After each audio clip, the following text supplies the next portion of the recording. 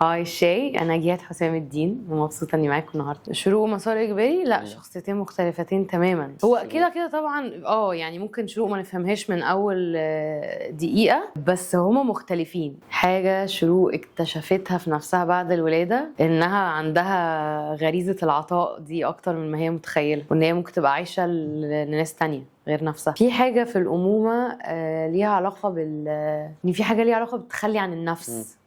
بس في نفس الوقت بحس الأمهات محتاجين برضو يخلوا بالهم من نفسهم، ان هم ما يسيحوش خالص ورا المشاعر دي. ده اول سكريبت غالبا في حياتي اقراه كله على بعضه.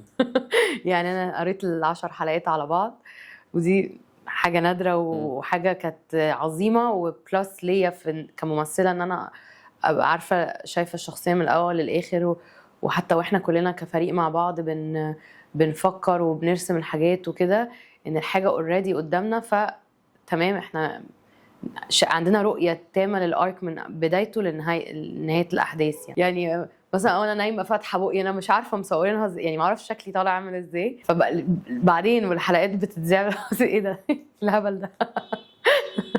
ففي حاجات كده يعني طلعت بتضحك اكتر ما انا متخيله يعني. والمسلسل بيتعرض في ناس كتير اكتر بداوا يطلعوا يحكوا ان فيها مثلا كابل عنده 4 توأم، وفي هم 5 اخوات توأم هم كبار وطلعوا يحكوا عن نفسهم. فلا يعني لسه بتفاجئ، يعني متخيل ما كنتش متخيله ان هم معانا هنا. مثلا انا كنت قريت عن حاله كده مش عارف في امريكا ولا حته يعني بره، فكنت متخيله ان هي حاجه كده في كل كام بلد كده في مثلا حاله.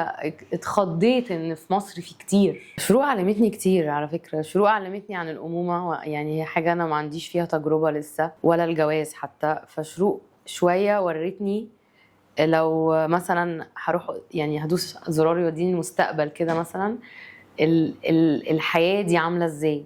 يعني كل ام حاطة قلبها على مصلحة عيالها وكده بطلة. يعني متخليش حد يحسسكم ان انتم مش عاملين كفاية او ان انتم مقصرين او تحسوا بالذنب، عشان انا بحس ان دي حاجة يمكن كومن عند يعني عدد لا بأس به من الامهات، يعني انه بيحسوا بالذنب. فحاسة تعملوا اللي عليكم فخلاص، يعني ان شاء الله كله على ربنا.